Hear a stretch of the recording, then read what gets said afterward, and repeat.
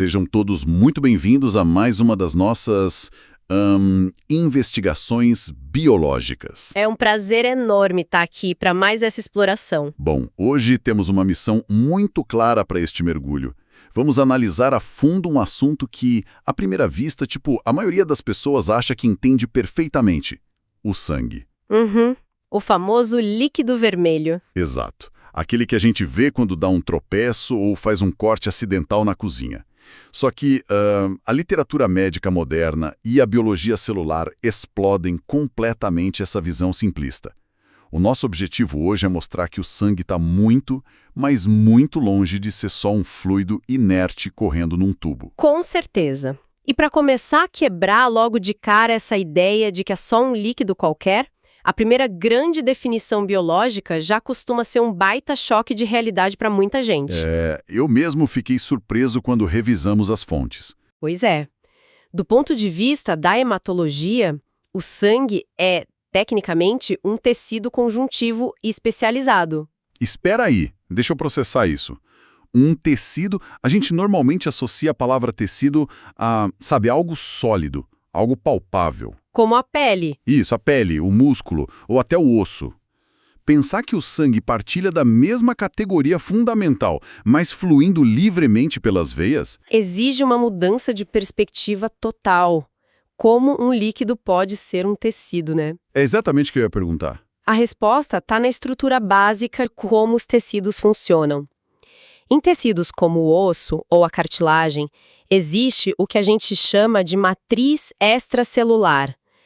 É basicamente o cimento que fica entre as células e dá estrutura para a coisa toda. Ah, entendi. No osso esse cimento é calcificado, é duro. Exato. Mas no caso do sangue, a grande sacada evolutiva é que essa matriz extracelular é completamente líquida. As células estão literalmente nadando na sua própria estrutura de suporte. É um cimento fluido. Caramba. E para dissecar do que esse tecido tão exótico é feito, a gente pode usar um experimento muito clássico. Se pegarmos uma amostra de sangue e colocarmos numa daquelas máquinas de centrifugação de laboratório... Aquelas que rodam em altíssima velocidade. Isso mesmo. A força centrífuga vai separar os componentes pelo peso. E o resultado é uma divisão visualmente perfeita em duas partes. É uma imagem que muita gente que estuda biologia lembra. 55% do volume fica na parte de cima, que é o plasma. E os 45% restantes vão para o fundo, formando os elementos figurados. O plasma fica parecendo um líquido amarelado, quase como um óleo claro. Baixo vira uma massa vermelha super densa. É a partir dessa divisão física no tubo de ensaio que a gente consegue entender a verdadeira divisão de trabalho do sangue. Certo, então vamos desvendar isso, focando na parte superior do tubo primeiro. Nesses 55% iniciais que compõem o plasma, a literatura aponta que a maior parte dele, de 90% a 92%, é pura água. O que faz todo sentido fisiológico. Claro, precisamos de um meio fluido para que as coisas consigam navegar pelas rodovias do corpo. Mas a verdadeira mágica bioquímica não está na água. De jeito nenhum. O espetáculo acontece no que está dissolvido nela, os solutos, que representam de 1 a 2%, e principalmente as proteínas plasmáticas, que formam de 7 a 8% dessa sopa amarelada. E o corpo humano definitivamente não gasta uma quantidade massiva de energia produzindo essas proteínas à toa. Não mesmo. Cada uma tem uma função arquitetônica crítica. Podemos destacar 3 grandes grupos aqui, começando pela albumina. A famosa albumina. Ela é fascinante. Funciona como uma espécie de grande esponja molecular, ou um ímã de água dentro dos vasos sanguíneos.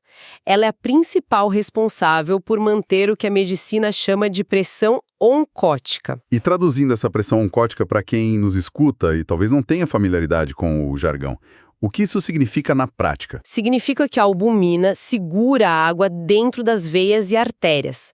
O sangue corre sob pressão, impulsionado pelo coração.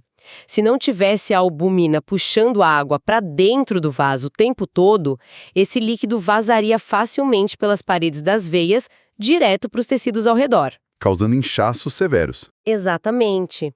Edemas graves. E, além de ser esse ímã de água, A albumina é a grande transportadora oficial do corpo. Ela tem vários bolsos moleculares onde abriga e carrega hormônios, ácidos graxos e a imensa maioria dos fármacos e remédios que a gente ingere. É literalmente o navio de carga da corrente sanguínea. Se um remédio precisa chegar no fígado ou no cérebro, é bem provável que ele esteja pegando carona na albumina. Perfeito. O segundo grupo é o das globulinas. As globulinas do tipo alfa e beta também ajudam nesse transporte, mas o destaque absoluto vai para as globulinas do tipo gama, As imunoglobulinas. que recebem um nome muito mais popular no dia a dia: anticorpos. São elas que patrulham esse oceano plasmático em busca de invasores. E, finalmente, o terceiro grupo vital, o fibrinogênio. Esse é a base da infraestrutura de reparo, o agente indispensável para o processo de coagulação. Sabe, sobre o fibrinogênio, tem um detalhe nas fontes que costuma gerar confusão, mas revela uma distinção genial. Eu sempre via exames de laboratório pedindo análise de plasma e outras vezes de soro, e a diferença está exatamente aí. Tá todinha aí. Se a gente pega essa parte líquida e amarelada, o plasma, e deixa o processo de coagulação acontecer naturalmente no tubo, o fibrinogênio é consumido para formar a rede do coágulo. E o líquido que sobra? O líquido que sobra depois que ele é consumido é o que a gente chama de soro. Em termos bem diretos, o soro nada mais é do que o plasma que perdeu a capacidade de coagular. É uma distinção sutil no nome, mas que muda todo o protocolo de quem trabalha em análises clínicas. Se o teste precisa avaliar fatores de coagulação, tem que ser no plasma, usando anticoagulantes no tubo para impedir o processo. Se a ideia é só procurar anticorpos ou medir colesterol, o soro já serve perfeitamente. Faz muito sentido. Mas agora que estabelecemos as regras desse palco líquido, precisamos olhar para os atores que nadam nele. Vamos descer nosso olhar microscópico para a parte de baixo daquele tubo centrifugada. Para os 45% restantes. Isso. Os elementos figurados. Esse volume total, inclusive, é o que a medicina chama de hematócrito. E aqui é que a coisa fica realmente interessante. Vamos falar do exército mais populoso do nosso corpo, os eritrócitos. As hemácias, ou glóbulos vermelhos. Fisiologicamente, eles têm um formato super peculiar, bicôncavo. Parecem aquelas balas redondinhas que foram apertadas no centro. E são minúsculas, 7 a 8 micrômetros de diâmetro. Sim. E o motivo de terem esse formato envolve uma das escolhas evolutivas mais radicais da biologia. O que é fascinante aqui é que as hemácias adultas são células anucleadas. Durante o amadurecimento delas lá na medula óssea, elas literalmente cospem o próprio núcleo para fora. E a grande maioria das organelas internas também, né? E isso antes de entrar na corrente sanguínea. Para e pensa no peso disso. Elas sacrificam o próprio centro de comando. Perdem a capacidade de se consertar ou de se dividir. Tudo isso para abrir espaço interno para estocar o máximo possível de uma única proteína. A hemoglobina, que é o que se liga aos gases. Na prática, essas células são caminhões de entrega zumbis. Elas não estão vivas no sentido tradicional de ter um metabolismo complexo. Elas existem puramente para transportar oxigênio dos pulmões para cada milímetro de tecido e trazer o gás carbônico de volta. A definição de caminhões zumbis é maravilhosa para ilustrar a mecânica. É um nível de especialização insano. E por abrirem mão da capacidade de reparo, a vida útil delas é fixa. Elas duram em média 120 dias apanhando das paredes das artérias. Até que começam a se romper e são retiradas de circulação pelo baço. O que exige uma logística de reposição brutal. O corpo precisa de uma fábrica incansável para manter o hematócrito estável. Essa fábrica é a medula óssea vermelha, num processo chamado eritropoiese. E o controle dessa fábrica não é feito por ela mesma, o que é muito louco. Não é. Quem monitora a quantidade de oxigênio circulante são os rins. Se os rins percebem que a oxigenação caiu, eles liberam um hormônio chamado eritropoetina, a famosa EPO. Muito conhecida no meio esportivo. Exato. A EPO viaja até a medula óssea e dá a ordem. Acelera a produção de glóbulos vermelhos agora. O que explica aquela tática clássica do mundo dos esportes de alto rendimento. Maratonistas que viajam para treinar em grandes altitudes antes de uma competição.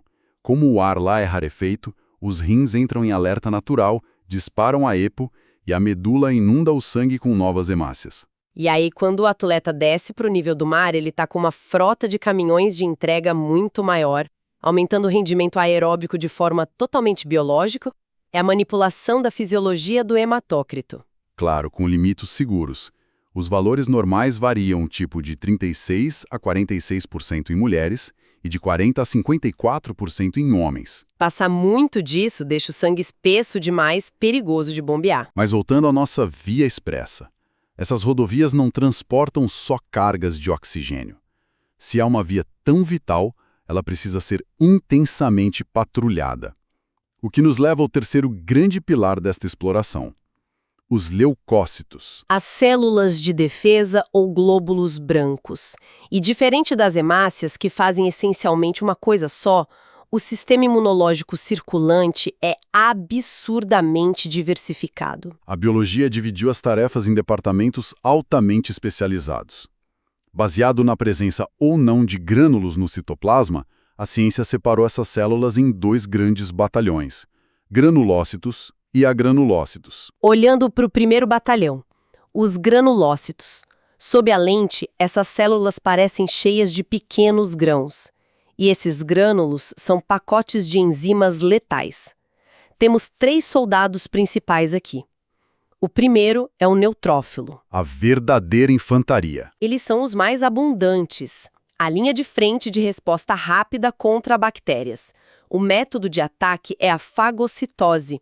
Englobam e dissolvem a bactéria usando os compostos dos granulonos. Uma abordagem corpo a corpo bem direta. O inimigo aparece, eles engolem. Sem rodeios. O segundo soldado é o eosinófilo, um especialista.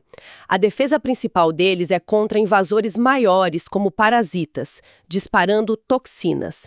E eles também são protagonistas nas reações alérgicas. Então, para contextualizar para quem nos ouve, quando alguém sofre com uma asma alérgica grave, se olharmos o exame de sangue naquele momento, a contagem desses eosinófilos vai estar lá no teto. É o corpo montando uma operação de guerra contra algo inofensivo, como o pólen, achando que é um parasita gigante. E para fechar o trio de granulócitos, temos os basófilos. São muito raros, mas fazem barulho. Liberam histamina. A histamina atrai mais células de defesa e gera inflamação, né? Sim. Se uma picada de inseto fica inchada e vermelha, são os basófilos ditando esse ritmo local. É um esquadrão tático brilhante. Mas a guerra não se vence só com infantaria. É aí que o segundo batalhão entra, os agranulócitos. O que falta em armamento pesado e visível sobra em sofisticação e inteligência. Isso levanta uma questão importante sobre como as defesas avançadas operam. Dentro dos agranulócitos, o grupo mais famoso é o dos linfócitos, a verdadeira memória e planejamento estratégico. Temos os linfócitos B, que fabricam os anticorpos, os linfócitos T, que inspecionam e destroem células nossas sequestradas por vírus, e as células NK, Natural Killers. Assassinas naturais é um tipo de respeito. A literatura diz que elas agem por citotoxicidade natural. Mas fugindo do jargão, como elas escolhem quem vive e quem morre? Imagina as células NK como leões de chácara de uma boate. Super rigorosos.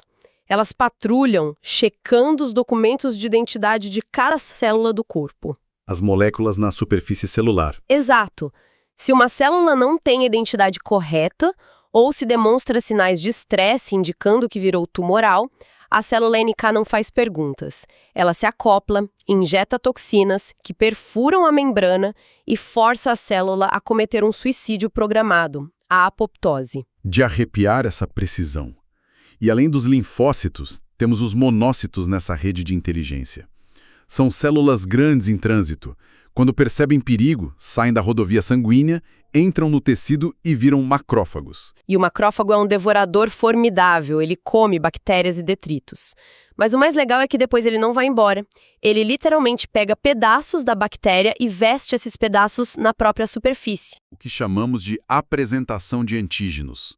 Ele viaja até os linfonodos como se estivesse segurando um cartaz de procura-se, avisando o alto comando sobre a cara do invasor. E uma curiosidade fascinante para fechar essa patrulha é o tempo de vida. Diferente daquele relógio cravado das hemácias, os glóbulos brancos quebram as regras. Totalmente. Um neutrófilo pode durar horas numa infecção. Já um linfócito B de memória pode viver décadas, escondido, só esperando aquele vírus da infância tentar invadir de novo. É uma infraestrutura de segurança quase perfeita, mas buracos acontecem na rodovia, e isso introduz nosso último componente celular, as plaquetas, que nem são células de verdade. São fragmentos citoplasmáticos de células gigantes da medula chamadas megacariócitos, e o turno de trabalho delas é bem rápido, de 7 a 10 dias. Mas o papel delas na hemostasia primária é heróico. Quando um vaso se rompe, as fontes descrevem uma verdadeira dança da hemostasia em 3 etapas rápidas: adesão, ativação e agregação. Na adesão, elas percebem o vaso rompido e grudam ali, como jogar cones na pista de um acidente. Na ativação, elas mudam de formato e liberam químicos para chamar reforços. E na agregação, milhares de outras plaquetas chegam e formam um tampão plaquetário, uma barreira de contenção temporária. E aí vem o fibrinogênio, o cimento pesado do plasma, para criar o coágulo definitivo. Uma sincronia fenomenal. Se conectarmos isso ao panorama geral, o sangue definitivamente trabalha como 4 sistemas simultâneos. É um sistema de transporte, um sistema imunológico circulante, um sistema hemostático de reparo e um sistema regulador. Mantendo o controle térmico, a osmolaridade e o pH do corpo. E como os profissionais avaliam isso no dia a dia? Pela rotina hematológica, o hemograma completo, avaliando os índices hematimétricos para ver se as hemácias estão normais, o esfregaço sanguíneo para checar a morfologia, a contagem de leucócitos para ver quem está vencendo a guerra e o coagulograma para evitar hemorragias em cirurgias. É a tradução prática de todo esse conhecimento biológico. Dá um nível profundo de respeito pela engenharia humana. Tudo o que conversamos ocorre a cada batida do coração, sem a gente nem notar. Uma coreografia que nunca para. E para deixar quem acompanha a gente com uma última reflexão, o sangue é renovação contínua. As hemácias vivem 120 dias. Isso significa que a cada 4 meses, praticamente todo o sistema de transporte de oxigênio do corpo é substituído por uma versão nova. Trilhões de células destruídas e repostas. Como será que essa constante e vertiginosa reciclagem afeta a forma como o organismo registra sua memória celular e se adapta às mudanças no ambiente ao longo da vida, sem que a gente jamais perceba essa transformação invisível acontecendo sob a nossa pele? Nós somos uma constante reconstrução. Um questionamento filosófico riquíssimo impulsionado pela mecânica celular. O convite que fica para todos que nos escutam é manter a curiosidade acesa. Nunca se contentem com as aparências simplistas e continuem investigando os mistérios